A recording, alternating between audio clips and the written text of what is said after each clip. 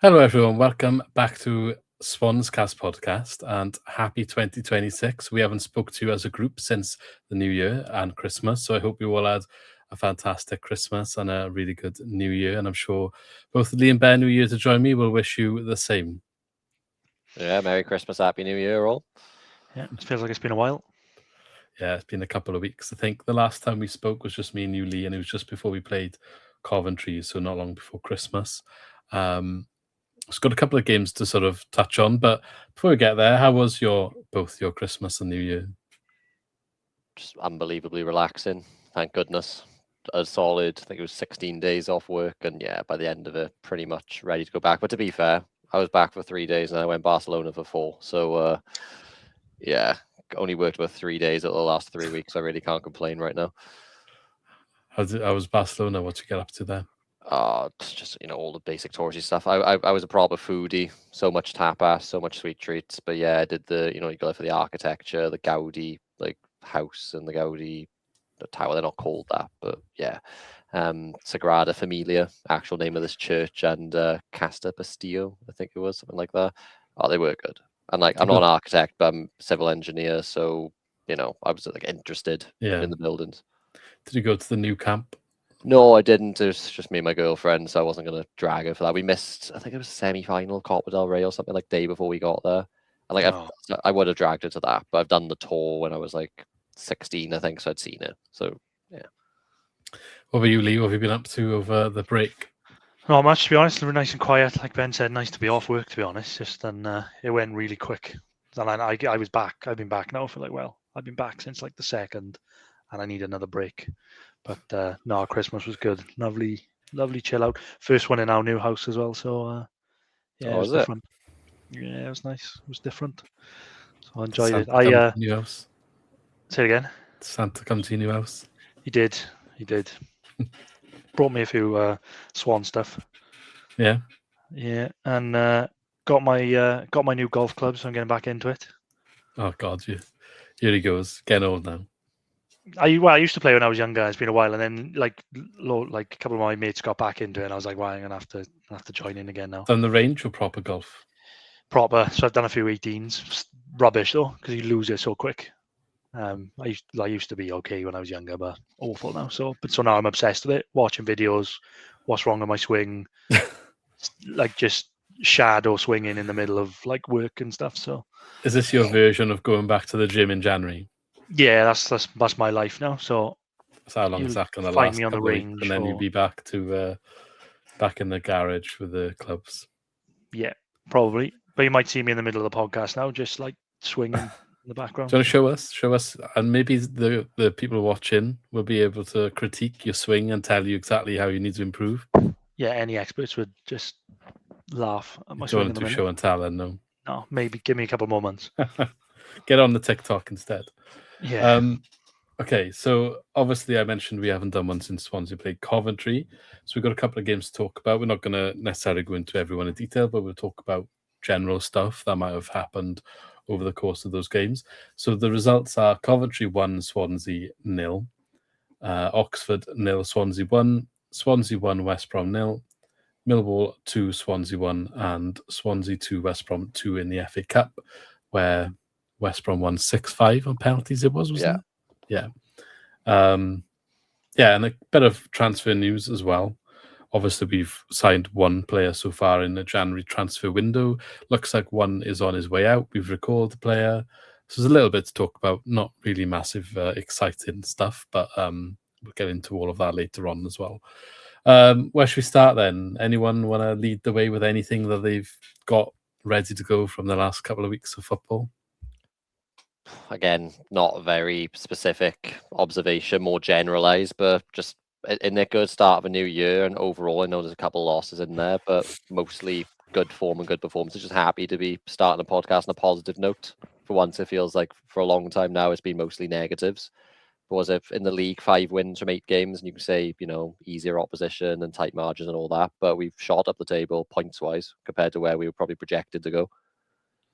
Yeah, we're now, well, considering when Sheehan got sacked, we were level on points in the relegation zone, I believe it was. Yeah. We're now 8 points clear of Norwich, who are in 22nd.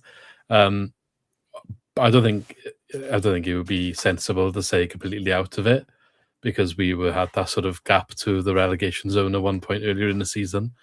However, I think far more comfortable than it was maybe a month ago. So Yeah, I think we should have enough, to be honest. Yeah, the home form has been brilliant. Winning, I think, West Brom home and then Wrexham home, and then obviously we did it before, but Oxford and Portsmouth are home, so 4 home wins, and then you add in the Oxford away win as well. Did we talk about Wrexham? We did. I don't know if we did. I think we did Wrexham and Coventry in the last one, did we? I do know what you're right. So I looked at the upload date of the video and I uploaded it after the game, but we actually recorded it before the game. So technically, we've got another game to talk about, and that is Swansea's win over Wrexham as well, which maybe we might have a little bit more to say about. Yeah. But yeah. So we can start there if you want.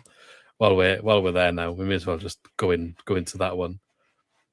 Well, walk into the ground. Nice to see it was full. Would have been a bit embarrassing if the actual stands weren't full, seeing as hospitality was sold out for it in August. But no, game under the lights, and they made a good occasion of it, to be fair. You could say it felt a little bit forced, but if they were going to turn a game into an occasion this season, it had to be that one, is the truth. You knew it was going to be a sellout. It could have been the start of, like, obviously not like a proper rivalry, but, a game you care slightly more about. But no, they had all the pyro out. We were all there in the stand holding our white and black signs up to try and spell out the message, and it looked Did you keep it? No, I don't. It's in the bin, I think. Not be funny. It was a good effort. It's just the way the stands are sort of aligned. Not aligned, just the number of seats in the top tier and bottom tier just did look a bit squashed. What was it? Pride of Wales? Yeah, I mean, I thought was on the bottom. It was. I thought we were setting ourselves up for some. We had to go and get a result after putting that up. And the way that we went behind, I was like, we asked for that. We basically and I'm glad the game changed. But if the game didn't change, the result ended up being 1-0 to an own goal, I think it would have been everywhere that we had done that whole scene at the beginning of the match, but then we actually lost 1-0 to an own goal. So yeah, the messages going into it as well. You had the Ellis James video. Yeah. They got him in. It was like not bought, and it was interesting way of going about it. Like, fair enough. Like, if you put up, you got to be able to. Did they even do that much fanfare for the Cardiff games? They always did do the videos, but obviously this one was different because it was new, wasn't it? Like, they're not going to care when we've played Wrexham 6 seasons in a row if that does happen, for example. But it's the first time we played them in decades, I think, wasn't it? And obviously it was the thing of, like, obviously it's not as big as this. It's just the easiest parallel I can think of. Remember when Man United had won the league so many years in a row, City got bought down, they were in their phase of like Robinho and Adebayor and Tevez and all of them, that sort of era. And they'd always build up each time because it was like City nipping at their heels, trying to become the biggest club in Manchester, which they now have, obviously. And that's sort of like obviously what's happened with Wrexham now. It was fun for a bit, and now us and Cardiff have gone, ooh, hold on a minute. Wrexham are like trying to be the biggest club in Welsh football now, aren't they? So that's why this one was probably like geared up to be a bit more like of a heated game, because like, the money they got getting pumped into, and they probably will be soon, won't they? They will be like the highest ranked club in the pyramids at some point, probably. They're on target to do it this season, let's be totally honest. But I'm surprised after watching that game. They looked so bad, especially after they went 1-0 up, which they actually looked all right until 1-0. They were overbearing us a little bit at the back, and ultimately got a bit of a fortunate goal, but they created a dangerous chance for that to happen. And then they did absolutely nothing for the rest of the game, bar like a 5-10 minute spell in the second half, I think, after we went 1-1. Yeah.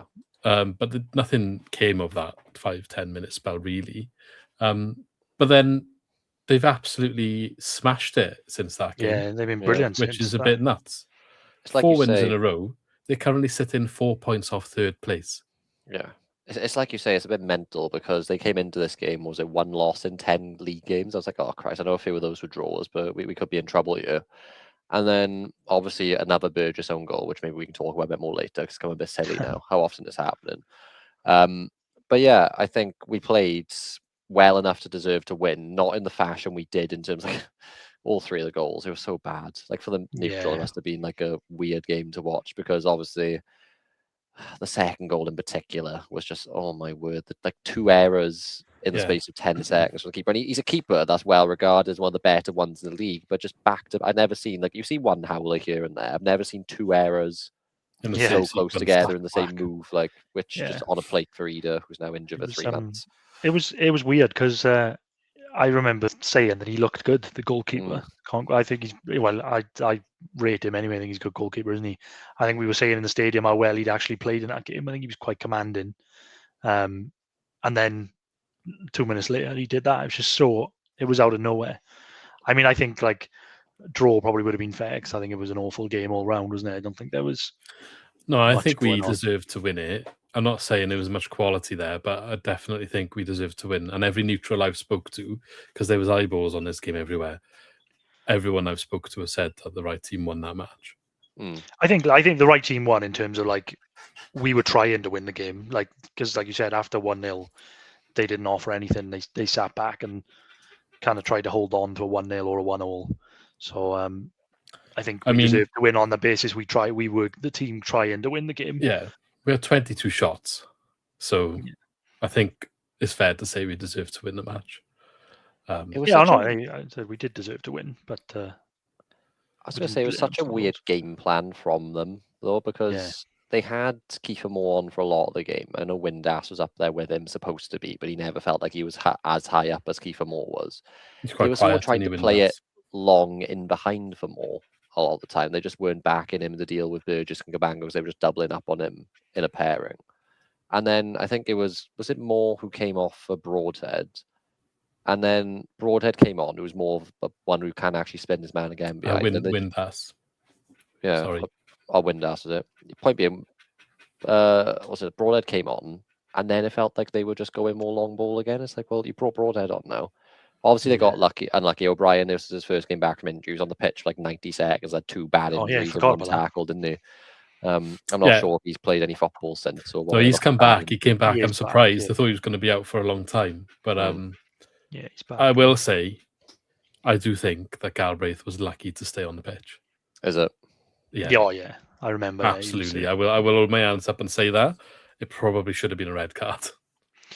Yeah, it probably should have been, but we talked about James McLean as well. Yeah, I mean, I guess the difference is I was like right at the end of the game. Yeah, but he did two because he elbows Liam Cullen in the back of the head and then he stands on. Yeah, they were both within like 2-3 minutes of each other, weren't they? Yeah. But he definitely should have. I mean, he got cited afterwards. He got banned, didn't he? Yeah. But there's a difference to a bad tackle and just being dirty. I think that's the difference. Yeah. Like that was just the Ronaldo one, which he got cited for. Like, it's one of my talking points for today's video is about how easily he goes down, him and Franco specifically. And this game is probably one of the worst I've seen for both of them doing that. Yeah, it was frustrating. And a lot of people saw that aren't even Swansea related. And I think, again, both a little bit of a reputation now. But on this one occasion, like, maybe it went against him in the game. The fact that stamp happened, the refs missed it because of the way that he goes down so easy all the time. He's not actually getting what should have been a free kick and perhaps red cards. So on this one occasion, he was fouled really badly, and the follow through was dirty play. And obviously, it's been cited, and that's good. I don't see it very often, but I'm glad that that's happened. But Ronald needs to sort that out. To be honest, it's 100% getting a reputation now because they're going. You are right. Those two in particular, and I think I'd chuck maybe a Noosa in there as well. I think he goes down a bit easy as well. Like I think they are getting a bit of a reputation. In that game, I think Ronald tried to buy a penalty, didn't he, as well? And it was just like a man. And like I watched it back afterwards, and the Sky commentators were like, "It's ridiculous." They're not dull. Like refs watch this, other teams watch this. They watch us. They know it's. And in that game, then, like you said, there should have been fouls given against Ronald and Franco and whoever, and they're not being given because they're going down easy in other spaces. I think, like, was it the West Brom game as well? I know we've gone back a bit again now, but the West Brom game where Franco was just like rolling around on the floor, holding his head, and the away game, where they went and scored. Yeah, they went into the gap that he was in and scored. Yeah, fuming I was with that. But they've done it for a while. Them two are like best friends, and they off the pitch as well. From all the social media you see, and it's like on the pitch they're doing the same sort of theatrics. I just really want like one of the coaches, Matos, whoever it is, to take him, into the office or whatever and be like, lads, this needs to like I'm all for earning your team a free kick and that, but it's over the line, like quite far over the line at this point. It's so dramatic. It's actually Yeah. making the refs think there is no foul if there is a foul. Because half the time there is no foul. They are literally just falling over nothing. Like Yeah, I now think they get elbowed in the side and all their face. Yeah, I think like Franco, what he does is he feels contact, he goes uneasy. Ronald, I think he's actually initiating the contact himself. Like he'll be running, he'll think, oh, I don't have the beating of him here, and he'll sort of just dangle his leg out as he's going. And it's as if he plays like now, rather than to beat his man, to kick the ball past his man and fall over his man. That's literally that's like his game plan. It's like the end product and final third isn't there with Ronald. We know that. So is he just thinking, right, let me just try and win a foul and get a dead ball situation rather than keep the ball? Because if you're not confident crossing the ball, that's where you need your full back up with you or centre mid supporting to cut back to or circulate the ball. The thing of like, if to win a free kick, you actually have got to beat your man, haven't you? If you're winning a free kick, it's because you have beaten your man, you have gotten past him, you have got the better of him. But if you're not confident crossing the ball, why is he a winger? Well, that's a bigger question, which we could have. How is he in the Championship? Like, I think ridiculous. I think it is a wider debate. I think people have like more. My thoughts on it. I've been banging the drum all season, but I think it is kind of widely talked about now, isn't it? That I don't think he's a winger. I mean, we can go in all day on that, but it's baffling because he plays week in, week out, doesn't get taken off. I know he's got a hell of an engine because of his on work rate. That's why he plays all the time. Yeah, but going back to like the going down easy, like I think sometimes, like you said, I think he looks for fouls rather than beating his man. He thinks his initial thing is, right, I'm going to try and get a foul here. There was one instance, I think it was the home game against West Brom on New Year's Day, where he beat his man a couple of times and then went down. And I was like, you've beaten him, you've gone past him, and you've gone into space, and he still goes down. But I was in a chippy yesterday, or whenever it was Sunday, after taking my son's swimming lessons. Quite appropriate swimming lessons, right? So the Jack Swan magazine, so shout out Jack Swan. They obviously do a free magazine. I'm sure a lot of people are aware of it. Probably a lot of people read it, so a lot of you might have already seen this. But Ronald's made the front cover this issue. I'll see if I can show you in the camera. I don't know if you can read it. I'll read it out in a second. So got Ronald on a diving board. I know it's not very clear. I'll read out what it says. For my next dive, I'll be one-on-one with the keeper, but instead of scoring, I'll throw myself to the floor. Watch this. Oh, wow. Talk about going in on your players. I mean, it's true, though, isn't it? Like, you can't even argue with that.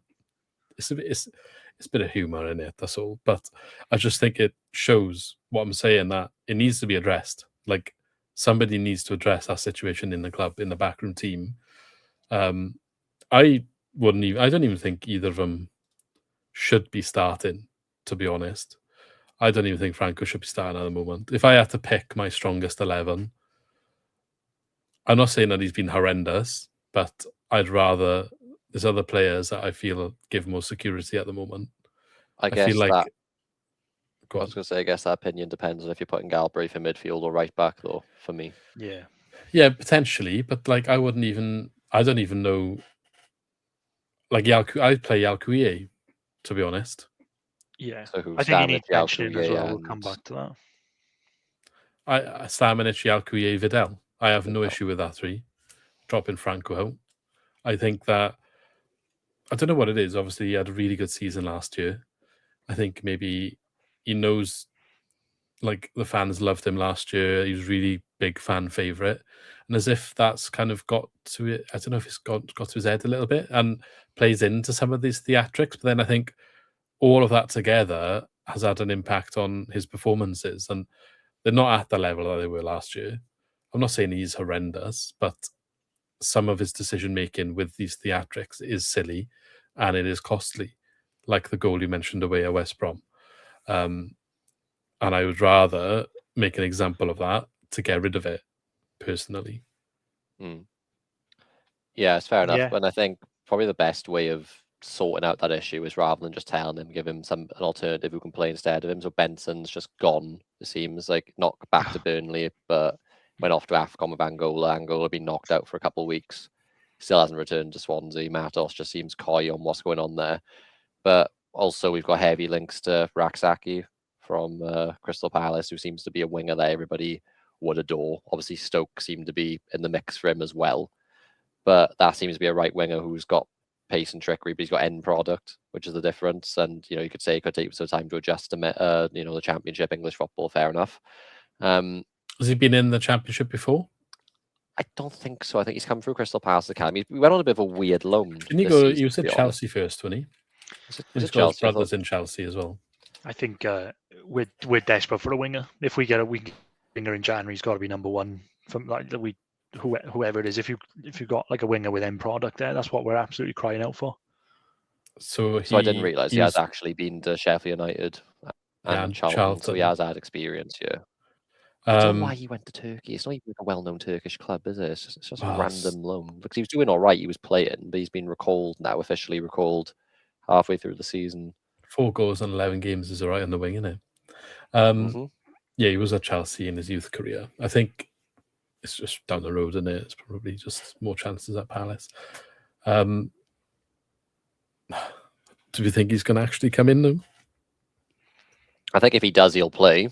I don't actually 100%. think he'll come in because it just feels like one of those where you always see it, don't you? Some certain well-known journalists who pretend to have all the answers, say Swansea are the favourites. It seems to be Swansea the favourites one day, and then 2 days later he's going somewhere else. It just always seems like we're an easy one to say a lead in the race, just as like a diversion technique or just as a, show people to show their hand sort of thing, and then a bigger club comes in and swoops under our noses. That's what it's felt like this season with managers, with players. All of our signings seem like the stealth signings as well. So when you get someone that's so publicised ahead of signing, I almost feel less confident now that we're actually going to get those sort of players, because all the ones that we seem to be bringing in, you just find out the day before it happens, or like, they were in Swansea for a medical or something like that. Yeah, like we are trying for him. I think it's pretty much been confirmed by people you can actually trust that we are trying for him. It's just, do you actually back us to get him ahead of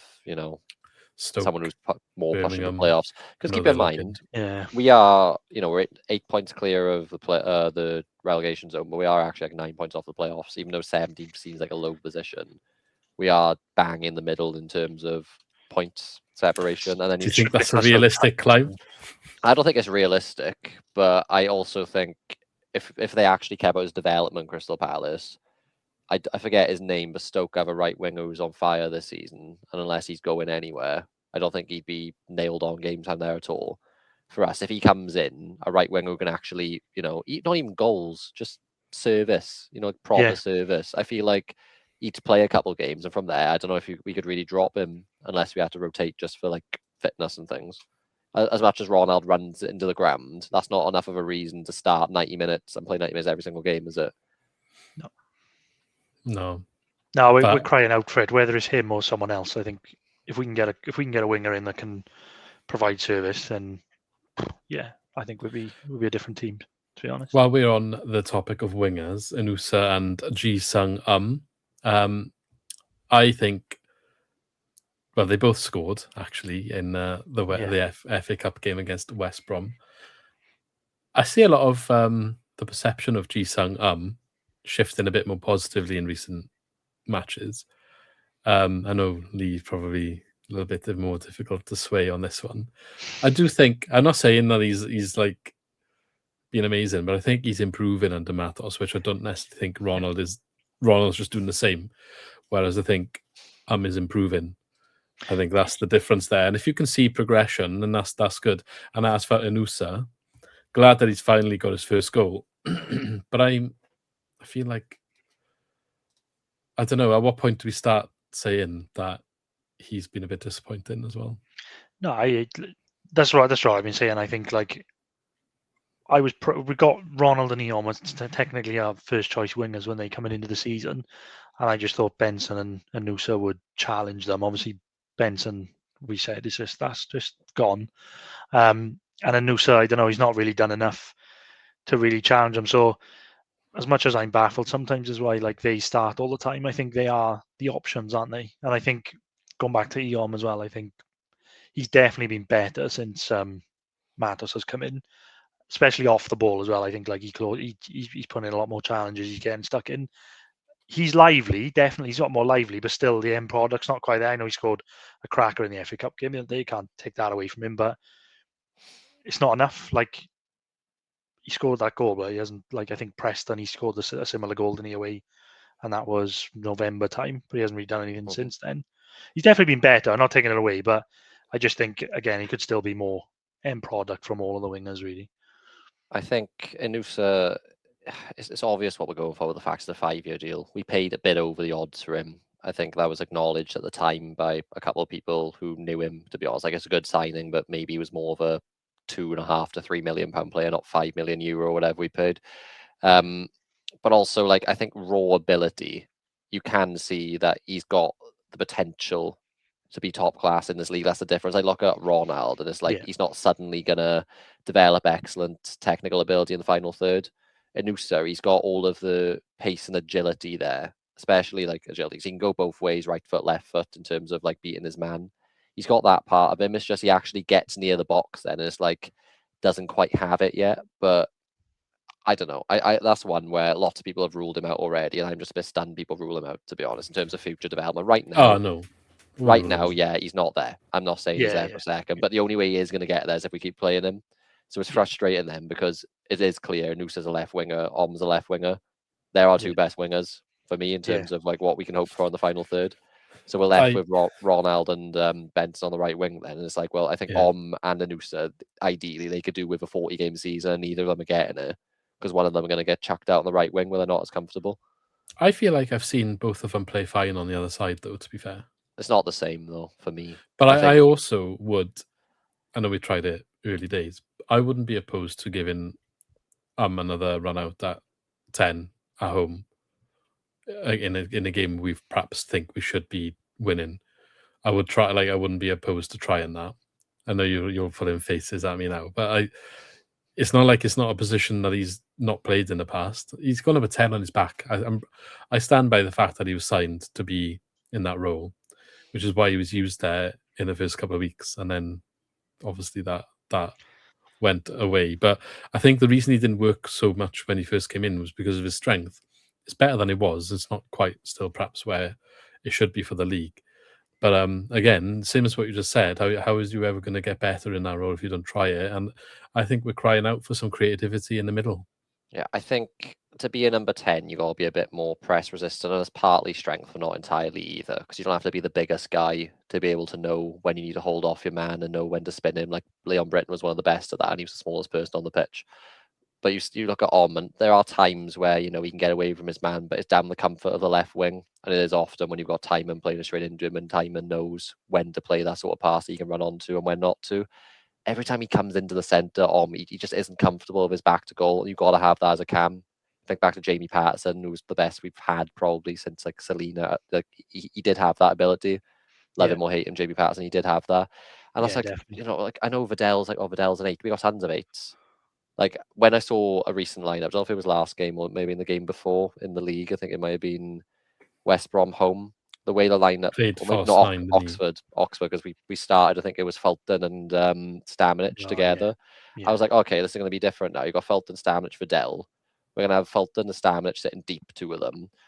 They're going to help the centre backs. They're basically not going to move the full backs. They're going to go right up and basically be right up there overlapping the wingers. And I wouldn't be surprised to see Vidal in the hole at 10. It didn't happen. It was just the same, you know, system with the 2 8s and 1 6, and Fulton was an 8. And it's not he did bad. Fulton, just little mention. This is the best I've seen Fulton in a while.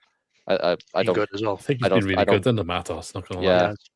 I think he stepped up, and all of a sudden, depending on what he'd be on, he's on a lot of money right now. Apparently, he's contract at the end of the season. He'd be worth keeping around if it was on the right terms, honestly. But yeah, back to the point. We cry about a 10 all the time, but is it just a thing of like football doesn't work this way anymore? Like, how many 10s really can you name? Like, oh, they're one of the best players in the league. They're a 10. They are normally like an 8 or winger now, aren't they? Yeah, I'm not going to say I can name people. Have. I don't know teams, but I think a lot of teams still use 10. I mean, there's 2 that I love. One's Gustavo Hamer, but I think I don't know if he's injured or has he left. Like Hamer's, he's been courted, let's say. courted. Yeah, but obviously that's a Premier League quality player you're talking about there. The other one, Jack Rudoni, but then the argument is, where does he play? Like, he is just box to box. He pops up with tons of goals, but it's just because he's everywhere. And this is the thing. It's like, I don't know realistically if we are at a place now where you expect to see a 10 just like within a partner play. That requires us to like build through the thirds, which we just don't typically do. The way we just go back to front really quickly now, trying to counter press and then spread it out wide. And it doesn't work. I'm not saying it works, because our issue is lack of quality out wide, and our predominant way of trying to create chances is spray it out wide. So by all means, I'm saying try something different. But I just think with there's been multiple managers here with him. He's been here about 18 months now. I just feel like if he had that ability to be a natural 10, it probably would have happened. But maybe that's just Nunes at Ipswich. Nunes, oh yeah, after coming from Norwich, what was that, 18 mil? I think it's not like the traditional way we used to see it. Like, I always think of like Derby in that role. Like, that was perfect. Like, but I think you're right. I think it is slightly different now, where you need kind of more creativity coming through the midfield. Like, I think minus maybe the FA Cup game, like when Galbraith goes into midfield, he creates a lot. Like, I think like when he went into midfield to like Stoke away, like he put that ball in behind for Waddell, didn't he? And he kind of gets the game going from there, rather than having a traditional 10. But I know we could try it. Like, I don't think Cullen works in that position really anymore. I think that doesn't work for me.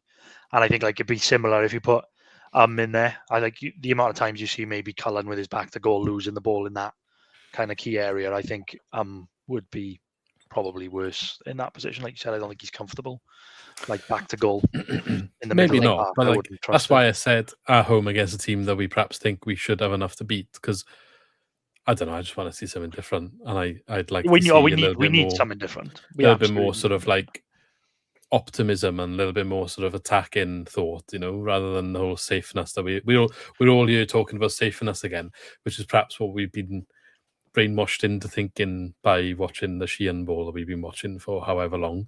How do we not know that these players can't do it now under a different manager if they don't try? Like, there's different ways of playing that role. I actually looked at the top 6. The only team that don't use a 10 is Hull, who are not even in the top 6 anymore. So I do think maybe it's not as conventional as when we used to use it back in the day, but I don't know. I still think there's something missing there. All I was saying is to get the three of them a bit more game time, and maybe there's an option, even if it's off the bench. If we're chasing the game, just give him a go. So this is my counterpoint, right? It predominantly comes with what we'd look like off the ball if we lost the ball, because just think of our midfield now. So I'm assuming you're going to say continue a back four. Are you? If we did that? And also just want to say before you carry on, I've actually really enjoyed Waddell's performances. I think he's done really good. I'm not trying to drop him out of the equation here. It was more to do with like, can we get more out of the wingers we were talking about? So if there was a way of playing both them and Anusa, that's what I was kind of highlighting. And I agree with you in parts, but it's just actually how it would look in practice. So say now we got our back four, we got Arm at 10. Presumably, if we're playing with a back four, you'd have Anusa left wing, Ronald right wing. I'm just going to guess unless we sign anyone else.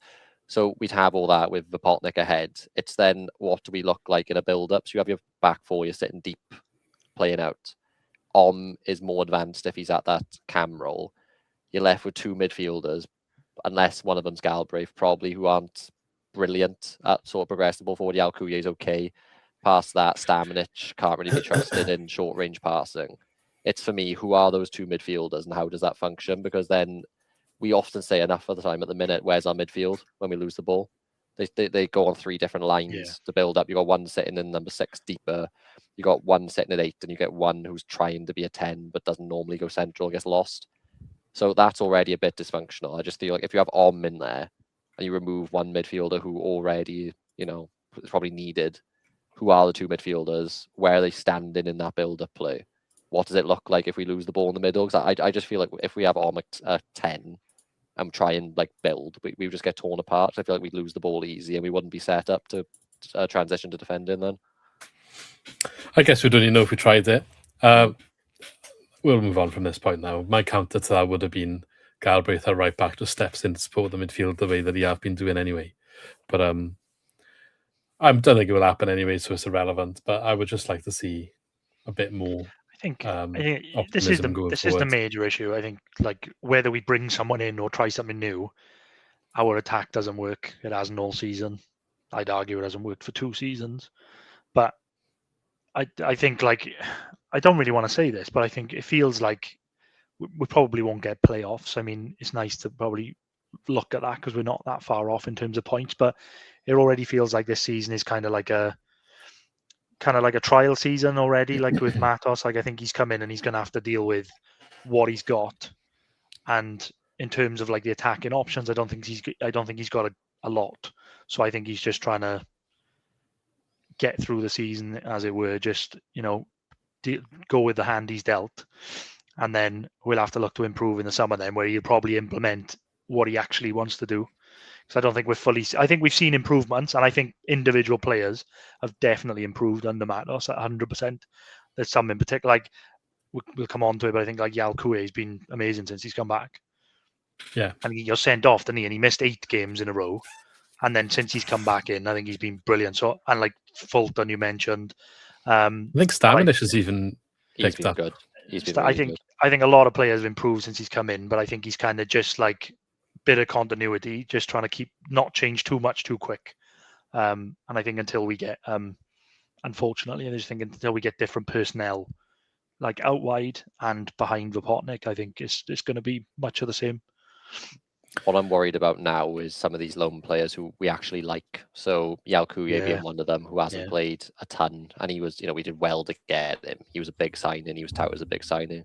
Kalen Casey, who I really rate as a player. I think he's easily good enough to be playing at this level, but he hasn't featured much because Cabango and Burgess have kept him out of the team. Debatable whether that's been deserved or not. And then Samuel Smith, obviously, every time I've seen him, he's been okay. I think he's good to have in the squad. It hasn't played much either, and without him, we really haven't got anyone to step in for Timon. It's the lone players that we actually want to keep. I'm worried we're going to lose. I don't really care about Benson, to be honest, because he's barely featured. When he hasn't done anything. Joel Ward's come in, which helps a little bit with defensive like backup. But Yalkoué, I feel like he's actually going to serve a purpose. Casey is one injury away from serving a really important purpose as well, to either Cabango or Burgess, that means, for an injury. So it's just, are we planning for that? I hope we are. I mean, Santos is leaving as well, by all accounts, going to Reading for a fee. Don't know what that is, but I'm surprised it's anything. So is Joel Ward coming in because of that? Or is he coming in for the right? Or both. Just the fact that he does both? Is he there ahead of Key? Key came on the wing yesterday, didn't he? Sunday. Yeah, he did. I mean, and he got cover across right back and centre back, and as someone who's that vastly experienced, he's not going to be the player he was. Obviously, at that age, no one would be. And no, of course, the amount of football he's played in the last 18 months is also a concern. Not denying the player he was. No, it is. It is strange considering we've got like Galbraith, Key, and Parker that they brought in. Yeah, that's why I think. So that leads you to think, and with Santos going, that probably leads you to think he's come in as centre back cover. But yeah, so it's just strange. I don't know, because that's not what I would have thought, But a lot of people said we needed a right back because Key's not playing very well, and we want to get Galbraith out of there. Galbraith back in midfield, but the question is he better in midfield or better a right back? I think right back, because that enables him to actually move into midfield, which sounds silly, I know. But again, I know I'm making extravagant comparisons. I'm not saying he's Trent Alexander-Arnold, but it's the same principle. It's the fact he's starting in that back four, and then on the ball, he's having that freedom. I think one of probably Staminic or someone drops in between the centre backs, Cabango moves to the right, and then because it's just simple rotation, it takes the opposition a second to pick up their men. It just gives him that couple yards of space to begin with. And he only needs a couple of yards of space, and then all of a sudden he can carry the ball, he can switch the play. Even when he's getting pressed, Galbraith's probably our most press-resistant midfielder, if not just player in the whole squad. He just turns out of space that you don't think he even had. I think when he's already starting in that midfield position, we're not a good team building through the thirds anymore. So it's not that we can't pass in the ball. It's just that he's already being marked, and he's a good player. He's a very good player. He's not a miracle worker, is he? So I'd press over the right back. Like everyone remember last season when he was at Leyton Orient, he came in and we looked and it's like, oh Christ, are we signed to play right back, centre mid? And everyone's like, well, no, we're going to sign to be a midfielder. But then there's probably a reason Leyton Orient did this as well. They may have had similar issues we did. Is he a midfielder? Yes, he's probably our best 6. He's our best 8, best 10, best right back. He's our best all of those things. But where's he going to have the biggest impact? Is his right backs. We've got tons of midfielders with constantly deciding which ones to play. Right back, you got Key who's out of form, and Parker who just isn't fancied in a back four for some reason. And I'm annoyed he's not fancied. He should be given a go, but we don't. We're not there on the training ground, do we? I think it's spot on about Galbraith. I think he's much better a right back because, I mean, he's played well when he's been in midfield as well. But I think like the FA Cup game, he didn't play very well when he went into midfield. I think that's a one-off. Obviously, you're not going to judge it on that because he's been brilliant every other time. But I've rarely do see a player run a game from right back. He absolutely runs the show. We're talking about the Wrexham game. He run the game from right back. It just gets more time on the ball. He's more involved. It works perfectly for me, I think. And maybe the plan is going forward, like what we saw on the weekend. Maybe Joe Ward coming in was, well, we can bring him on at the end of a game if we need to. I don't know, just shore up defence, bring him on, a bit of experience. If we need to move Galbraith into midfield. But Galbraith, he's been brilliant at right back. I think every game he's been outstanding. When he starts at right back, he's not getting marked, is he? So like he can kind of go where he wants. But all the game seems to flow through him, even a right back. Like he's controlling everything from there. Like I know he comes in, doesn't he? When we got the ball, he's basically a fourth midfielder, isn't he? But defensively, he's good as well. Like I always think, like, oh, he's going to get caught out because all the time he's pushed into midfield and he's got the ball, and I think he's always going to get caught out. And defensively, he's solid. Maybe he's not perfect, but he's good enough to like defend the right back. He's like seems to do well against most of the wingers he's up against in the championship. So, yeah, I think the question is how long do we keep hold of him because he's some player. I think you got to have Sam Parker. You are sorry. I said you got. I was going to change the topic. Go on, Sam Parker.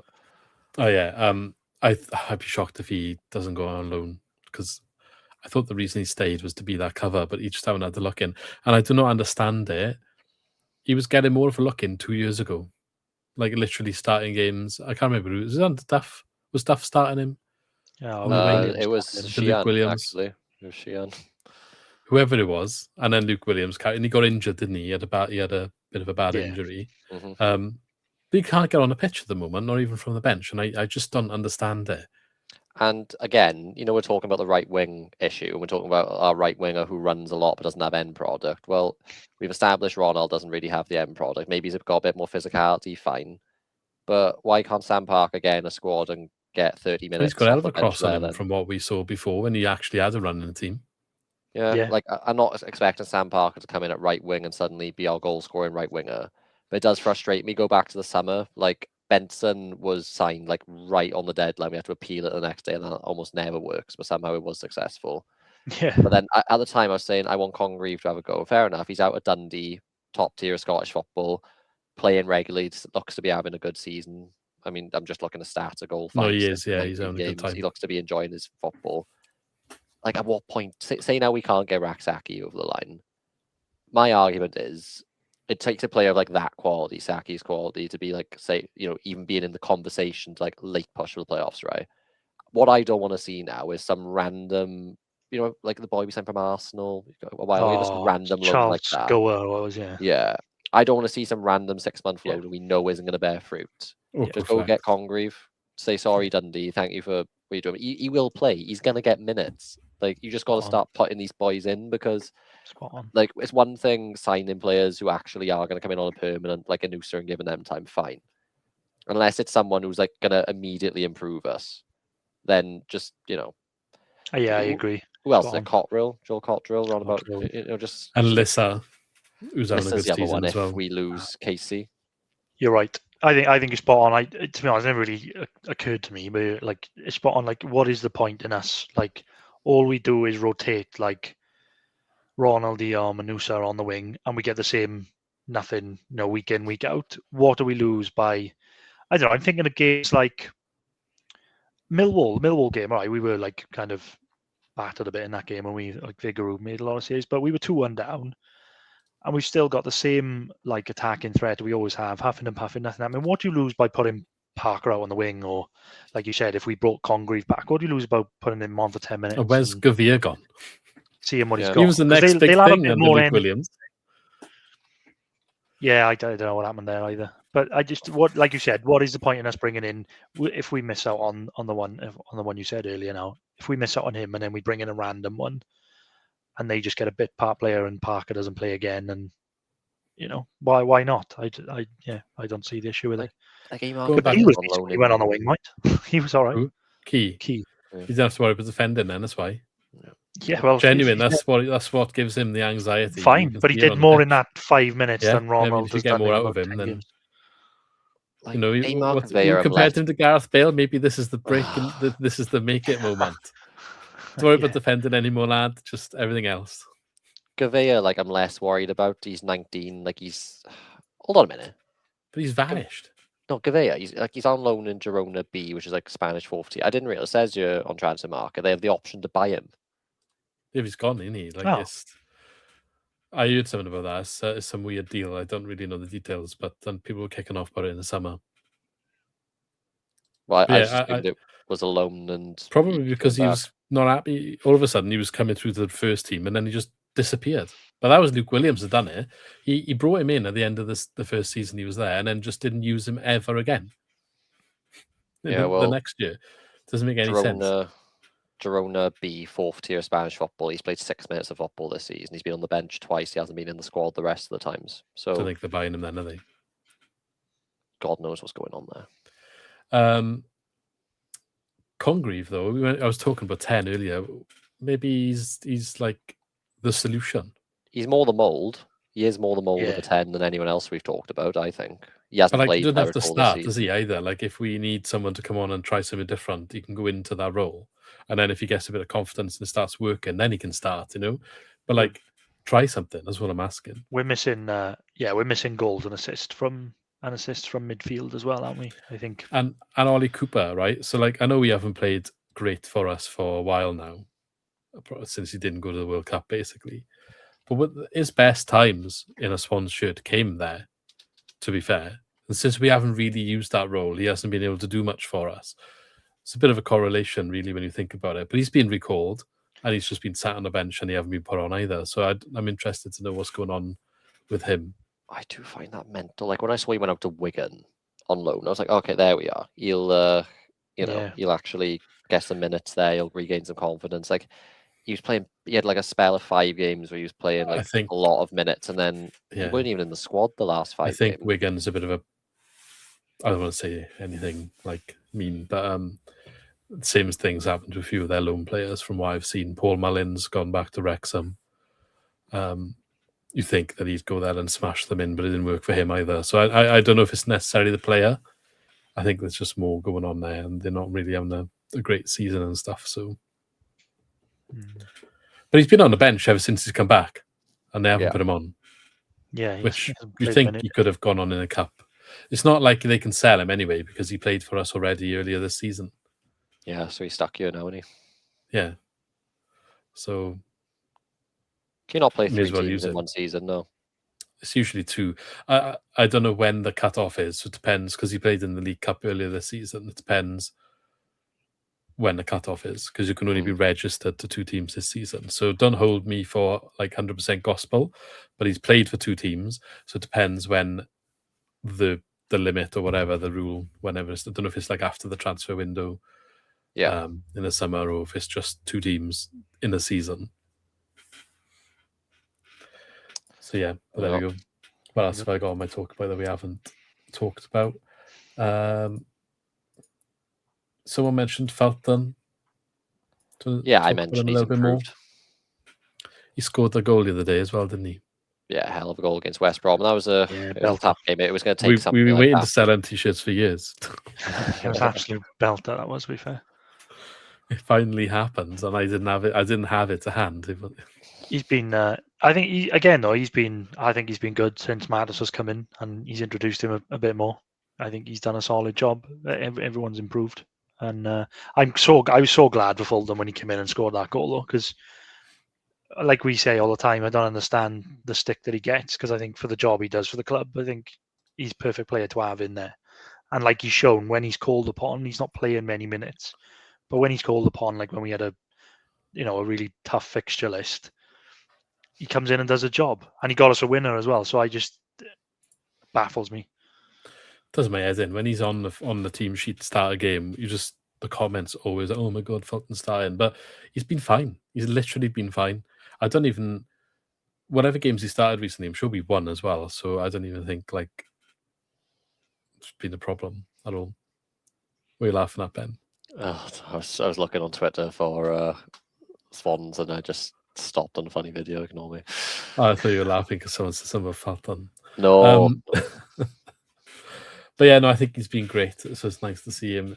He's kind of going on that Kyle Norton trajectory where he had the same thing where everyone hated him when we got relegated from Premier League, and then it went full circle and he became like one of the more sort of stable pair of hands. I don't know if he's going on that drastic, but nice to see him come around. I mean, how old is he? He's probably willing to take a pay cut. At this point, like unless he has desire to continue playing elsewhere. He's only 31, so you'd think he'd be older by now, wouldn't you? I don't see the harm in keeping him. No, I don't see the harm in keeping him, but 31-year-old, this isn't like Kyle Norton, Joe Allen, who were like 34, 35, and they were willing to go down to like 75% pay cut or whatever they would have taken. This is somebody who still's got a good, probably 3 years at this level in him, if he wants to. Give him.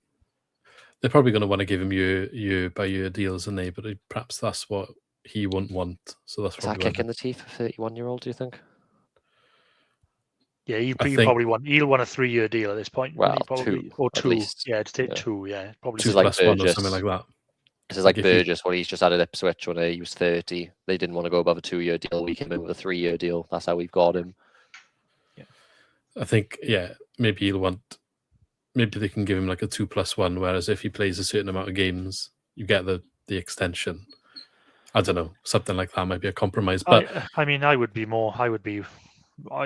no problem if they offered him a contract, to be honest.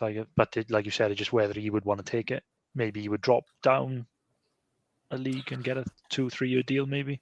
So for me, the reality is, right, so we're expecting that Galbraith will attract interest. Yeah. Surprised you haven't heard anything yet. I don't think he's going to go in January. I don't think he'll go in January. I thought there may just be like a mention. I think teams know that he'll be a massive, massive fee if he is now. Yeah.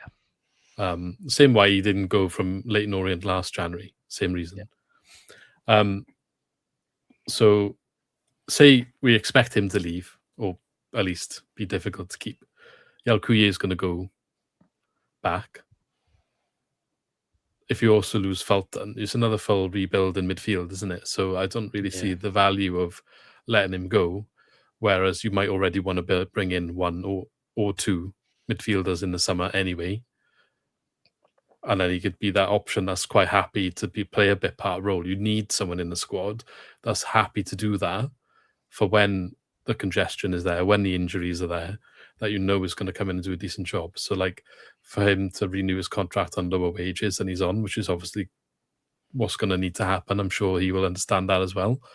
It seems like it would be a bit of a silly decision to let him go. And also, he's the longest serving player at the club now.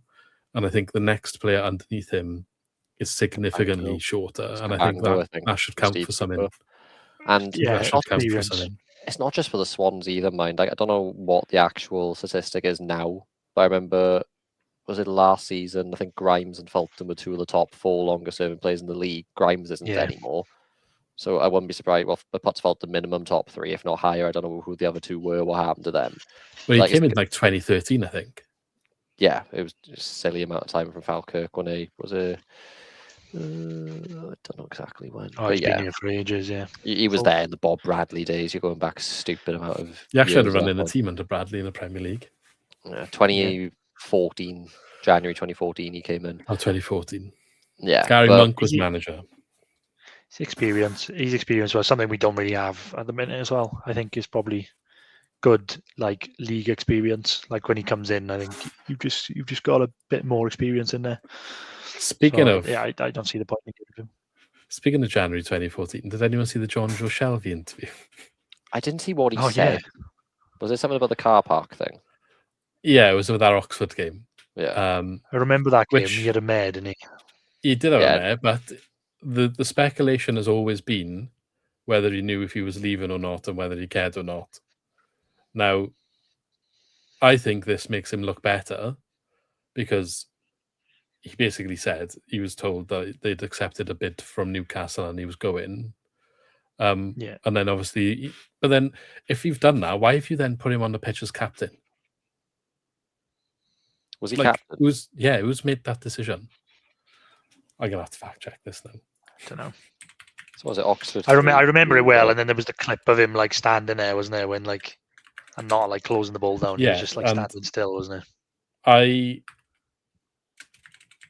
remember that well. We lost. I mean, we were in the Prem at the time, and I think Oxford were in League One or League Two. League Two. They were in a League Two Kamal promotion Roof battle. won it. Kemar Roof scored. Yeah. I want to be Montero scored for Swans. Yeah, he did. It was a good goal. That was a class goal, to be fair. It was like someone did a pirouette, back heel. I think it was like Emnes and Gomez was there as well. Gomez, Montero. Wow. So yeah, the whole thing happened on the sidelines because I had family that was there, like quite close to it. They said it was an argument with the fans, yeah, and he was saying you have no idea what's happening behind the scenes and you whatever. Obviously, he's referring to the fact that he knows he's leaving. Do you know what I mean? Like, if you know you're leaving, you know you're being like forced out of the club. Let's say, would you want to go and put 100% in? No, I wouldn't want to be captain either. Why would I be flying into tackles for a club I'm not even going to be at? You know you go in. What if you go and get injured? So like, if you're saying what was the thing, he was just standing there, not tracking back. Yeah, it kind of makes sense. Do you know what I mean? It was a bad decision. If you know you've accepted a bid, why have you played it? Yeah, I don't know. I guess I don't know. I agree with you. There's no reason you'd put him as captain. It's like they'd already picked the team and they were going with it, and then they'd had a bid accepted, and then they just went with it anyway. But they should have pulled it, shouldn't they? But again, though, there's two sides to every story. That's his version of events, isn't it? That's his. Yeah. But it kind of lines up with what I was speculating, which is why I thought it was interesting. Yeah, but and equally, nobody's pulling Gary Monk 10 years on, 12 years on, whatever it is, to have an interview about that nowadays. So I doubt we'll hear the other side until someone writes an autobiography one day. No, but also like he probably wouldn't even put it like... in there because why would he? It's nothing to do with Monk other than the team selection. Like, yeah, it was just an argument with a fan, wasn't it? That's why Shelby got asked about it. Yeah. But anyway, it was a good sidetrack. Back to Fulton, which is what this is all about. No, we can. Did you have something to say on him? Or yeah, just that it makes sense to keep him because it would be nice to have some form of continuity going into a transfer window, especially when I doubt our funds next summer are going to be anything like what we just had the summer gone. There was clearly a lot of long-term focus with the signings we made. Most of them haven't landed. A few of them have. But if you say you keep Fulton around, it's only Yao Kuye goes back, and then you still got Fulton, Stamenic, Vidal, Galbraith. You've got Franco, obviously. You've got like a strong midfield. You know, maybe not a lot of goal scoring prowess in there, but it's not an area of concern. Whereas we probably need, I don't know what will happen with striker. You know, Ida's on a 5-year deal on good money, so I doubt he goes anywhere. There's an argument we need a striker, but it's just a bloated position. But then certainly we need one, if not two wingers. We need a proper good right back on a permanent. So do we need to be targeting midfield as well? No. And I feel like if we get rid of Fulton, somebody else would need to come in. So it makes sense to me for him to stay. Yeah. I guess go on. I was going to change the subject, but if you... I had two things on for both two things we were just talking about because I feel like I need to say it. First of all, I feel sorry for Ida. I thought he was going to kick on after that Wrexham goal. I thought that would do him the world of good. And then he's to get injured. And what was it, the warm-up for one of the games? Was it the warm-up? Oh, I don't even know. Actually, we didn't play after Wrexham, did he? I think Wrexham, he scored the winner. Next game, was it away at like Oxford or something? Coventry, it was. Boxing Day. Coventry, yeah, that's it. It was in the warm-up. He was in the warm-up, was it? Yeah. Because, he played against Wrexham and scored, and he come on and scored, and then we didn't see him after that then. So, yeah, he was injured. Yeah, and Secondly, I was just trying to find out if Shelvey was actually captain, which I can't seem to find that bit of information anywhere. But the team that day, just interesting. Nordfeld, Amat, Bartley, Liam Shepherd, Yeah. Jack Cork, Frank Tabanu, Mac Grimes, obviously Shelvey, Marvin Emnes, Jefferson Montero, and Bafatimbi Gomez. Was there a rogue Not bad. Dan James and was it Dan James, Joe No. Roden on the bench? No, Was that- that's just too early for that. Too early, is it? Yeah, this is Well, 2016. Fulton, come on though. No, Felton didn't come on. The two substitutions were Stephen Kingsley Kingsley. and Modu Barrow Yeah. Were there God. any youngsters on the bench? on the But bench. Oh, they- Rodon was on the bench. Oh, and Dan James on the bench. Sorry, they just didn't come on. Well done, Ben. Shout. Sorry. God, Take Dan James what I was said back. really young then. Yeah, Edda was on the bench. Yeah. Wow. What a squad. Euro 2016 Felton winner. was on the bench as well. Fulton was a bench. Yeah. Yeah. I see they were who's still knocking Our about. championship team was on the bench basically. So Yeah. Was there going back to that? I was saying about like we were talking about Fulton and me and Ida and those players. I think I've seen a lot of murmurs about Burgess. Like a lot of people unhappy with him. I guess it comes back to Fans like or Casey thing. people Yeah, I've seen in a the lot of club? people like not just think he's not playing very well. I And still his dad- rate him. 4 Yeah. goals in one season is mental, though. At this point of the season, that is mental. Yeah. I just think he got bigged up too much. He was good for Ipswich. He is still a good player, and I don't think he's played bad for us. I just don't think Yeah. he's undroppable.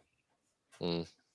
Like I for think the problem Casey, is for like I example. think that's what I'm saying. I think Casey is I think Casey is good enough to come in and start, isn't he? So I think like I thought we may see some rotation, but But also we're saying this because we don't see Casey every single week, 90 minutes a week. So yeah. he's protected from that. Yeah. Really. Do you know what I mean? Oh no, Which I maybe agree. No, I agree with what you're saying, but then I'm trying to think devil's advocate. Like if Casey was playing 90 minutes week in, week out, would we Yeah, see a different different. side to him because of the pressures, because of the amount he has to play, and he's Well, not used to He that, and all of a started sudden he against might Charlton start away, making was it? And he mistakes. made There's been a it few. was Charlton He has away, done a wasn't few it? He made mistakes. He got away with the them. goal, hasn't wasn't he? he? God, Yeah. well, it was harsh. he did make one error. Was it the Charlton game? Error leading to a goal. Yeah. Yeah, but they scored a worldie, didn't they? So I felt harsh blaming him. He cleared The ball it. got like hooked He in cl- behind and he missed yeah, it. Didn't he? He cleared it or something, but not very well, was it? And then the guy just no. leathered it into the. The one I'm on about, he like let a ball go in behind. He tried heading it when it was like near the That's floor and he the mucked it up. Charlton one. That was Charlton. Yeah, was that's it? the Charlton one. It Right, just got like update, hooked guys. in over here behind him. I just got to correct myself. Shelvey was not captain. It was Kyle Oh. Bartley. My Oh. mistake. There we are. Okay. Bartley. Let's just eliminate that 5 minutes of discussion from the pod then. Someone Yeah. will call me out otherwise, but I've corrected myself now. But regardless, still, why are you playing him if you just accepted it? Imagine he snapped his leg. How much we sell him for? 11 million or something.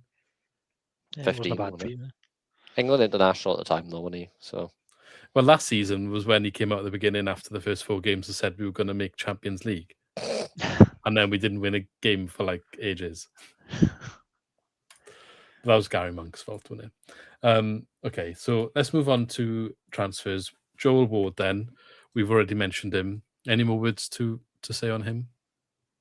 He's only to the Just- end of the season, isn't he? it's just a stopgap, and I doubt he's here past the summer. Truth be told, you don't know how much time he's got left in his career at that age anyway. Yeah. But it just on paper seems like right. We'll get to the summer. We got cover at centre back and right back, and then we'll probably look to get a permanent right back in.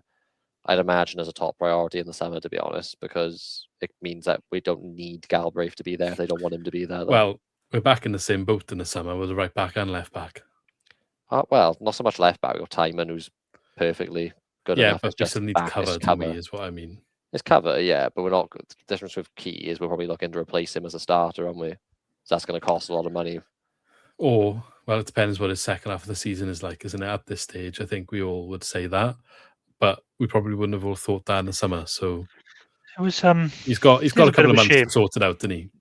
he was better when he played against West Brom. He started, didn't he, against West Brom in the New Year's Day game at I went home, off injured. and he went off injured, didn't he, at half time. But he played all right in that game. Either way, he's been here, was it 2.5, 3 years? 2.5 years? Yeah. Key, whichever one it is. It might have been 3.5, I can't remember exactly. But I'm not saying he's not a championship level right back. I think he's better than what he's showing. But if we have ambition of pushing on to that top 6 at some point, do you think he's ever shown now at his age that he's going to be a top 6 right back? I don't think he is. And I think when we signed him, he was quite young. So he had that potential for promise. I just don't think he's kicked on and improved. Yeah, I think he found a level. Yeah, I think you're right. He's not a top 6 fullback. Santos then heading off to Reading. It's just a weird one, isn't it? It's just so random, isn't it? They're just a weird transfer all around. It just seems to be a few of these. Well, he's clearly a Sheehan transfer, do you think? Yeah, I feel like they brought him in just to have another experienced head, didn't they? I don't know, like we say about Joel Ward, I don't know if that's the swap. Like Santos is going and Ward is coming in as the experienced replacement. I can't wrap my head around why he's happy to leave, because what it seemed like on paper is he's come in, somehow got this championship paid. I don't know what he's on. He's probably not on shed loads. But you telling me Reading are matching what he's on here? And also what are Reading doing? They could have had Reading in a bit of trouble. They were transfer embargo, weren't they? Yeah, they were. Well, they can't have transfer embargo now if they're paying a fee for it. No, I saw fans saying they're surprised that there's a fee because of all the stuff that's going on. Oh, well, this is the thing as well. I understand Reading couldn't have beaten us to his signature. He was always going to choose a championship club over a team in the lower division. But then, what are they doing, giving a fee for a player in his 30s who has been there 6 months and just signed for us on a free in the summer? And he's injury prone all year. He was basically injured for most of the season before joining us. He's been injured for most of this season since joining us, and we're getting a fee for him. We're probably laughing in the sense that we've got away with it, to be honest. Yeah, I think from our perspective, it's not another Pedersen situation. Yeah, from our perspective, we got to take that. We're snapping our hands off and wait for that. We'll take that all day. Yeah. Obviously, Keelan Casey potentially getting recalled. West Ham apparently mulling over the option, being unhappy with his game time. As they should be. Yeah. Pull up the table now. It's a weird table. Obviously, you've got Preston, Millwall, Watford, Hull, Stoke from 4th to 8th. Teams are all over the place.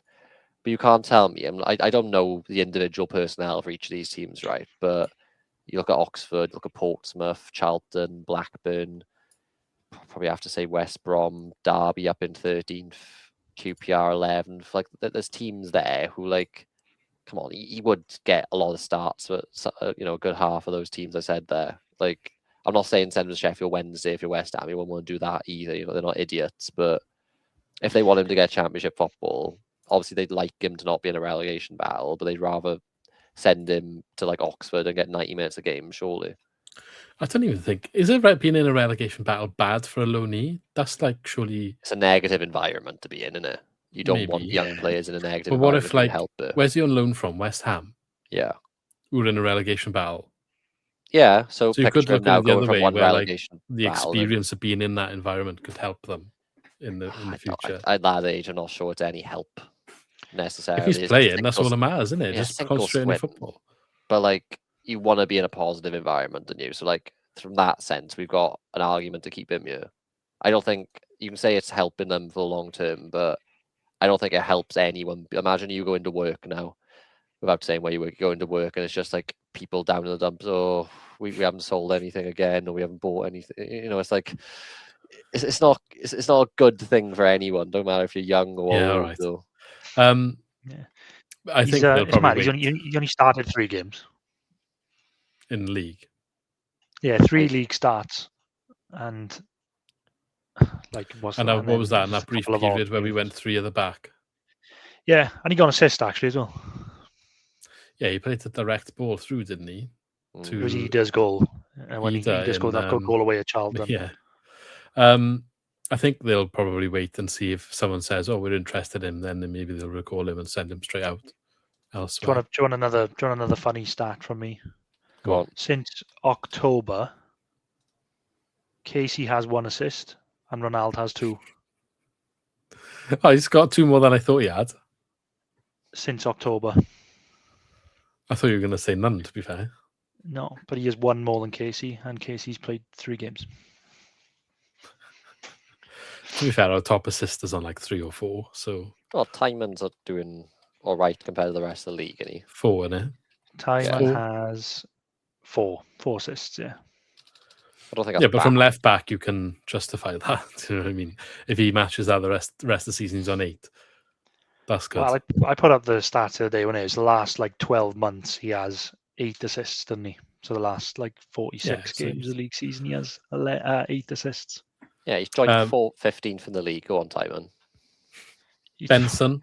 Oh, before we get to Benson, you're talking about stats. The race for the Golden Boot is very close, and Vipotnik is well amongst the several he's in names there. that are stuck on like 9, 10, 11 goals. Yeah, He's Adam in there. Armstrong on 11, then Vipotnik's joined second with 10, with like 7 people, I think. 1, 2. It's nuts, isn't it? Nobody Yeah, wants to take the boot this year. Another one is Morgan Whittaker at Borough.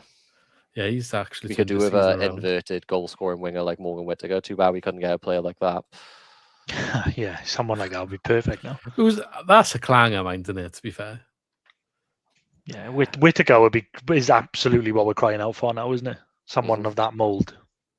We never played him on the wing, not once. I don't think. And then just saying, Russell Martin was crying about bringing him back. Oh, what an idiot! And just saying as well, go back to the summer when we were like, oh, Noosa, that's a really good signing. And Stoke paid a lot for Sorba Thomas, 5 million. Sorba Thomas, 9 goals, 6 assists, 2 goals off the Golden Boot. He's had a good season. Did we say that for Sorba? I would have. I said that. I said 5 million was a lot for him because I'd seen his end product for Wales and just wasn't impressed. Yeah, I thought that was an odd signing this season. But Jesus, that's an example of what I mean, though. Like that's a winger who I don't know his exact stats. I know he went on loan to France. Did from he do good in France? I thought he was quite average. Yeah, I don't know what he did when at France. I know he was like Huddersfield's best player. Yeah, when Stoke signed him, I thought it was weird. I thought, that was a strange signing, but he's had a great season, in all fairness. And apparently, BBC is wrong, and it's 9 goals and 7 assists, not 6 according to Transfer Market. But yeah, last season when he was in France, he was in Ligue 1, he had 1 goal, 3 assists. Ligue 1, so a top bigger league, but 1 goal, 3 assists. For Wales, he did well. Didn't the team get relegated that he played for? I don't know. And obviously there's probably some data or something that they've sort of got, oh yeah, there we are. That's good. But then they got Huddersfield. He had I don't know what leagues and things, but 7 goals in 125 games. Boreham Wood, 8 goals in 86 games. He's never had this sort of goal scoring prowess before. Yeah, I think it is just the greater point that wingers, if they've got the natural ability, which you always saw Sorba Thomas did, you can't say he didn't have that natural pace, that natural agility. They can sort of, with time in the right system, kick on. It's like that's why Dan James is a bit like that as well. Yeah, except Dan James has never had this goal scoring prowess. No, he can't finish. But no, he never had end product, has he? Really? What I mean is, if you look at his trajectory of like teams, like it's so random, and it's like Championship Swansea to Man United. Yeah, that was to Leeds, up and down the leagues. But he went on loan somewhere as well, didn't he? Fulham? Yeah, and he did okay at Fulham, but not enough for them to want to buy him, apparently. He's 28 now, Dan James. Is he 28? Oh. Yeah. Anyway, Benson, do you have any more to say on him? What is the situation? We haven't really described the situation. He went to AFCON with Angola, fair enough. I'm going to check, but I'm going to assume Angola didn't last very long. I don't know if it was true. I think they were out before New Year, weren't they? They only played 3 games, which means I can only assume they were out in the group stage. They lost to South Africa, drew with Zimbabwe, drew with Egypt. I can't see their group, but that's 2 points. So yeah, they would have gone out there. Oh yeah, they were in 3rd in the group. Egypt and South Africa went through. And their last game was on 29th of December. So fair enough. It's been Christmas and you've been away going into New Year. It's been 2 weeks. Should be here by now. You only played 3 games. Did he even play? You know what I mean? Here we go. I'm just having a look now. He's not returned to Swansea. Not like he hasn't come back to the club basically since. He was an unused substitute against South Africa, and then he started against Zimbabwe and had 60 minutes, and then he had 27 minutes against Egypt. So he's played a game's worth of football in 3 days. essentially. Yeah. He isn't injured that we know of. But regardless, if that was the reason, then they would have said that was the reason, wouldn't they? But they just kind of not saying anything. What they say? They said that all parties are in communication about the best possible outcome. Yeah, Burnley That's clearly what don't want Matos him said. back unless there's somewhere else to send him, is the thing, do they? They don't want to pay his salary for the season for no reason. No. But surely, Oh, but like then we said this other if he's day, not here, yeah, if he doesn't turn up, then surely I'd like to think that we were backed, like we backed ourselves in the contract, like legally, to be like this. This bloke's not turning up to work. Therefore he's coming back to you. This is the guy or who we was just don't pay signed. that month. This is the guy who was signed like with 10 seconds of the deadline left to go. I'm not sure they were going into it's true. details such as that. Yeah, It's probably true. the most straightforward loan deal they could have imagined. Maybe that was the stumbling block. That's why it was lit. Yeah. He may not turn up, just to let you know. We're like, oh, we'll have to take it because there's a minute left. Everyone was buzzing about that signing. It's like Renato Sanchez all over again. That was a sliding door moment, because it was between him and Patrick Roberts, and one of them was going to go to Swansea and one of them was going to go to Birmingham. And I don't know if he's even done much because of injuries this season. Patrick Roberts has been good for Birmingham. They were raving about him in the preview I did. I pray. Sunderland, he was class. Yeah, he was good for Sunderland, yeah. I pray that nobody ever goes back and looks at our summer transfer window review, because I remember just going mad over we'll look back at it at the end of the season. God. There's some howlers from me in there. I think some I of them was like stood up well. It just shows how well we started the season though, didn't it? And then everything fell apart. I rated Benson like a 10. I was like, we didn't even need him, and we were greedy. And Stamina, you rated a 10. But to be fair, he's creeping his way back up. I don't know if he'll be 10. I think from memory, we said Galbraith was like 9 or 10s. We said Stamanic was 9s. Burgess, I think I gave a 10. It's a bit much. Yeah, I think I gave a 10 to Burgess. From memory, I was more reserved than both of you, and you kept questioning me on all the lower scores. And I think my worst one, arguably, is Santos. You lot were like 2 and 3. I was like, nah, 6. He's come in just to like be a senior member of the squad. He's gone by January. Like, that would be a good video in the summer. Keep your eyes. We'll revisit that. Raksaki, then we already spoke about him in detail earlier, didn't we? So no point. There's nothing else to say. It's just what are the odds of landing him? I think everyone's in agreement that's the sort of player we need, and it's a good stopgap because we can't. I don't think we can go on like this to the summer. And like for me, if it was literally I had a magic wand wave it, I would just get Congreve back. If we got serious ambitions of him being a part of the squad, now there's a right winger position available. He's got a 6-month window to put his name in the hat for like. It can change your perception of the summer. Say now he comes in, nothing crazy. Say now he comes in, I don't know, 3 goals, 4 assists in half a season. Just basic winger numbers that we just never see. All of a sudden, then you're like, oh, there we are. Maybe we don't need to go and shell out £5 million on a right winger in the summer. They can even put the money in a right back instead. But he's not going to do that. He's just going to stay in the Scottish Prem near the bottom of the table. And it's good he's getting minutes. But you can't say he's not going to average like 45 minutes a game if he comes back. He probably will between sub and starting.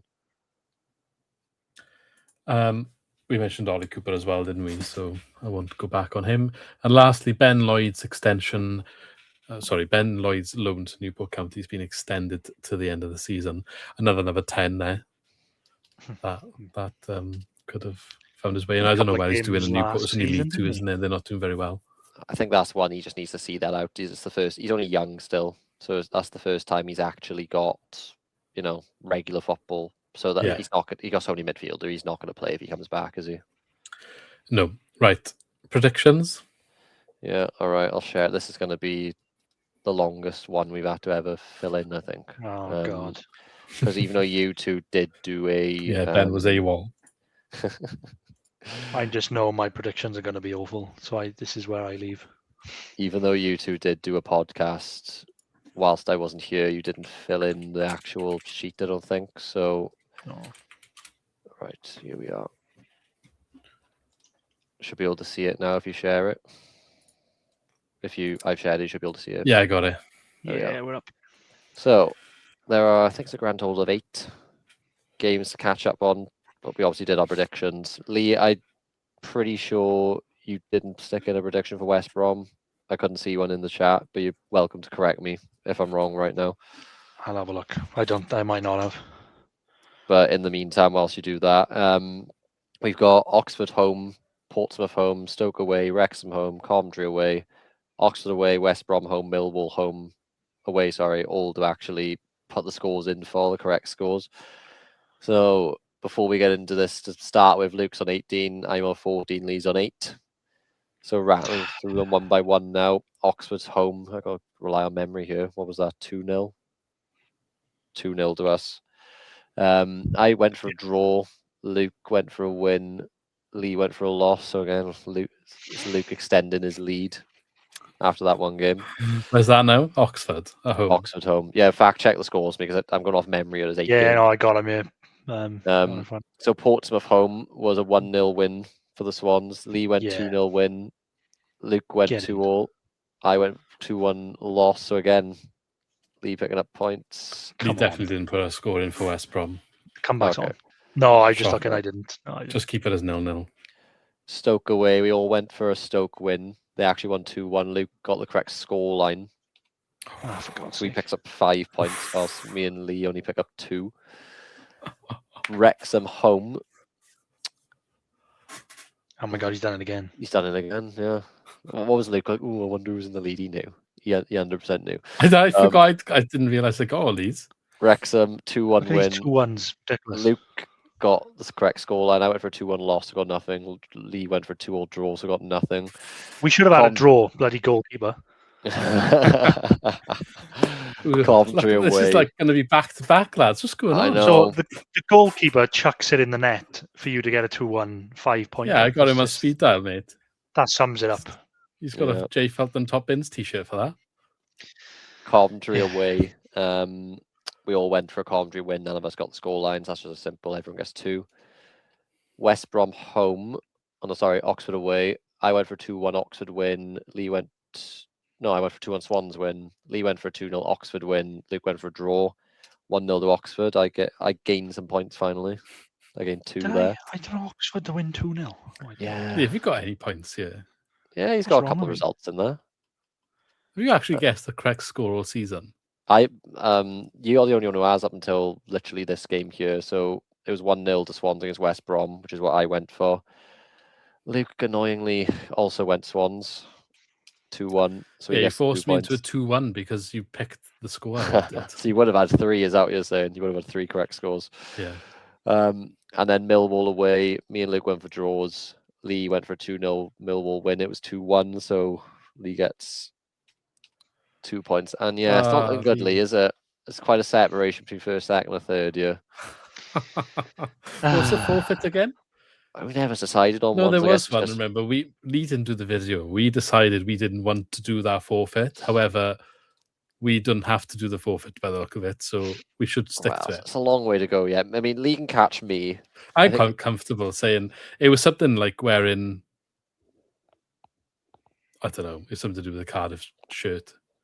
If Lee catches you, then fair enough. That would take, you've got more than double his points. It's just if you get the next 4 games, correct score. It's just so jammy though. Like you had 2-1 the Wrexham game, and I had draw. And it's not jammy, is it? It's 18 points. Well, it is. That is ultimately just Lee, you've turned the tide now. The last look at my form. I'm in form. You're on good form results now. It is just this streak here. Like what's that? 11 games where you didn't score a single point. Yeah, that was bad. You haven't done a correct score all season. It was things like predicting us to. What was this? You went Norwich 2-0 when we were at home to them, who were like below us in the table. I think they'd like won 1 game in 4. He's too emotional. He is. That's why he's too emotional with his predictions. You put us to beat Ipswich 2-0 at home. Well, after Norwich. How can you say Norwich? Oh, that's what I mean. So Norwich. No, but obviously we beat Norwich, and I thought, right, here we go. We'll turn the tide here now. So like QPR beat us, and Yalkui got sent off. So then he said Norwich are going to beat us. Well, and then some of these could have been grouped together. To be fair, we don't know when. Like we normally predict like 3 at a time, don't we? But we were awful against QPR, by the way. Oh yeah, I know, but that's why you've obviously said then, Norwich are going to turn us over. Yeah. And then Preston away. What do we do there? Do we lose? We lost 2-1. Yeah, we lost. It was an okay performance. It wasn't anything terrible, was it? We just didn't do much. 0-0. But yeah, I'd probably say do the next 3 now, is it? Because it's a Saturday, Tuesday, Saturday. Yeah, go on. So do the extra. So Lee, remember the rule is last place goes first. So I think it's definitively Lee. You can go first every time. Yeah. Interesting fact: we haven't had a draw since November. We haven't had one under Matos. Yeah, look. A lot of the time it's the home team winning, which isn't much of a shock. Yeah. Last one was Let's go. Charlton.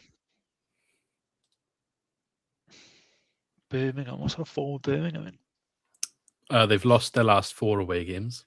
Right, so they're going to win then.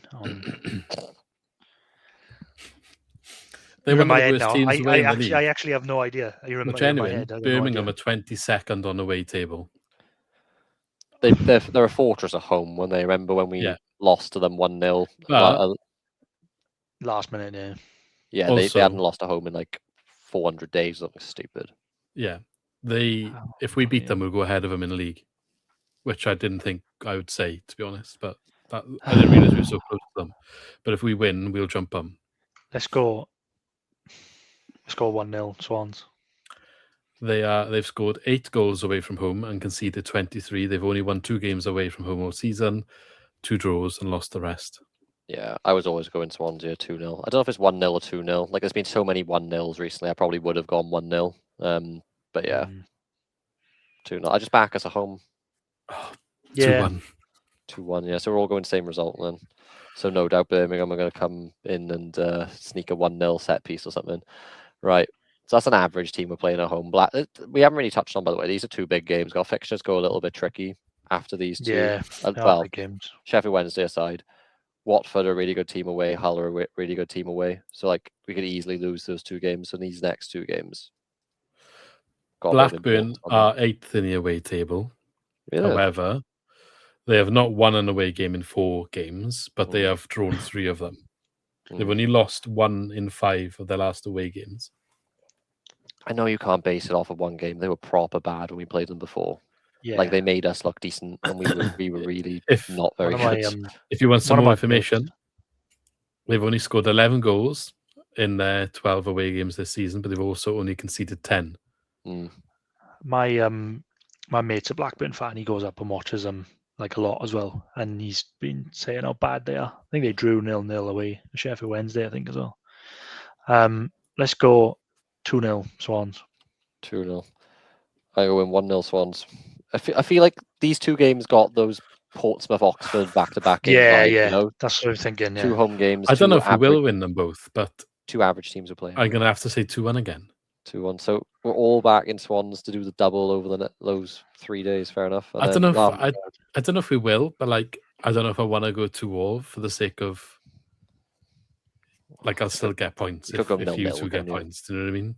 Blackburn reeks of a 0-0. Playing the game, but Hull we're gonna lose a Hull 2-0.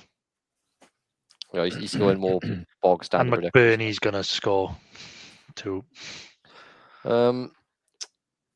I just think, I mean, they're on fire, Hull, aren't they? They've won their last 4. They're better away than they are at home. Yeah. They have lost 3 of the last 5 at home. I just think the way they play Hull City, they are very similar to us. I just think it's going to be a really erratic game of football. I think it should be end to end. There's just going to be lots of goals. So I think 2-all, and I wouldn't even predict 1-all if I could. I think that is genuinely a 2-all. I wanted 2-all. That's a shame. Shouldn't be 9 points ahead of me then, should you? 2-1 Hull. 2-1. Just going 2-1 in all 3 of the games. Fair play. Yeah, so you watch now. See, you wanted to go 2-all, but it will be 2-1, and you'll get 5 points. Goalkeeper will chuck it in the net again or something. Not salty at all, is it? Fuming about that one. I can't believe that. Because I had 1-all. It was 1-all. It was I couldn't have had 1-all, could I? I had 2-all. You had 2-all. I had draw, so I would have had 2 points. But instead, I had 5. Instead, the goalkeeper chucked in the net. Yeah. Okay, well, anything else we need to discuss before going? Just that if we come back and we've got 7 points from the next 3 games, like I predicted, we'll be in a playoff battle and the podcast mood will be very different. But if we come back and we've got 1 point from those 3 games, then we're in a relegation battle again. That's the position we are in the league right now. It's a very it's like sliding doors moment of the season in a transfer window, and I feel like a few games can sort of dictate the mood very easily. Yeah, definitely. Yeah, I don't know. What do we? I don't know. We've had a bit more time. We've had 10 Matos games. What do we think? Are we thinking?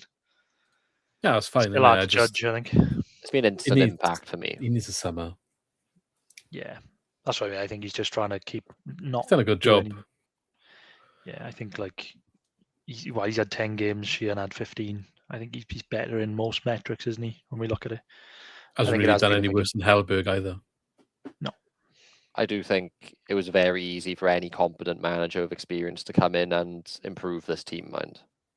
Just because we were so bad in every way, it would have been difficult not to improve us. Yeah. Did Aaron Sheehan get the Oxford job in the end? Was that still vacant? Bloomfield, I think. Was it Bloomfield? Yeah, Bloomfield. Yeah. Fair enough. All right. Well, thank you very much as always for watching, listening, and everything. Don't forget to like, subscribe, comment on whatever platform you're listening on, and we shall catch you in the next one. In a bit. See you later.